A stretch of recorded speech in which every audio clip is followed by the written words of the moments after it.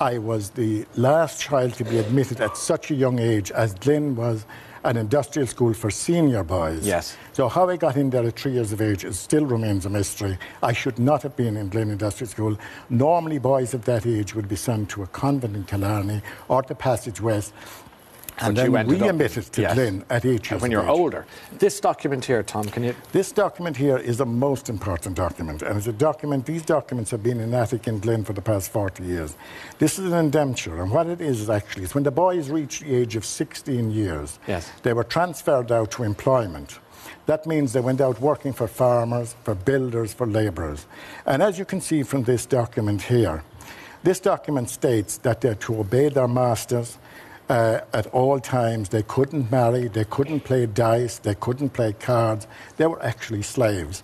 And if you read towards the end of the document here, the sad and worst part of the situation is their wages for that 3 years were paid back to the manager of St. Joseph's Industrial School, Limerick.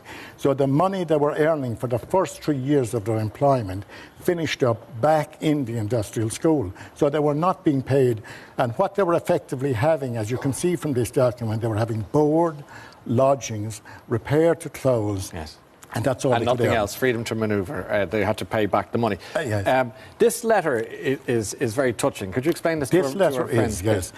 All letters coming in and out of the industrial school were checked by a Christian brother.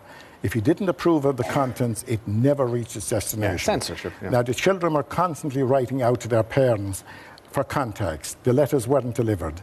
This letter is very unusual in the sense that all these letters from the children that are in this collection that were in the attic for 40 years. I went through the collection and I was amazed to find a letter that was written from my aunt from, say, the Good Shepherd's Convent in Limerick. She was in the Magdalen Laundries in Limerick. And here in this letter, she's pleading with me to meet her at Foynes in County Limerick and to bring her to her home in Glin. I never received that letter. It's 40 years later I come across that Could you letter. read the first few lines of that letter first? I certainly will. Please. We hadn't planned this, but I just think this is an important part of this country's history. I am now writing to you to ask you to know, would you come and send me a small transistor as I go to bed every evening very early. I am also going to Foynes in County Limerick, and I was wondering if you could come and collect me at Foynes and take me to see my home in Glin. My brother and sister have not written to me for Easter, so they may be sick. Could you write and tell me if they are sick or not? And could you collect me at Foynes in County Limerick? I remain yours, Auntie Maggie, to Thomas. She sent that from the Magdalen Laundry to the industrial school. Into the industrial school, never got that letter. Never got to. And that letter is amongst many more letters that were written by the children to their parents that were never delivered. They were just completely cut off. We should mention this piece of this is what was used. This is a very light letter.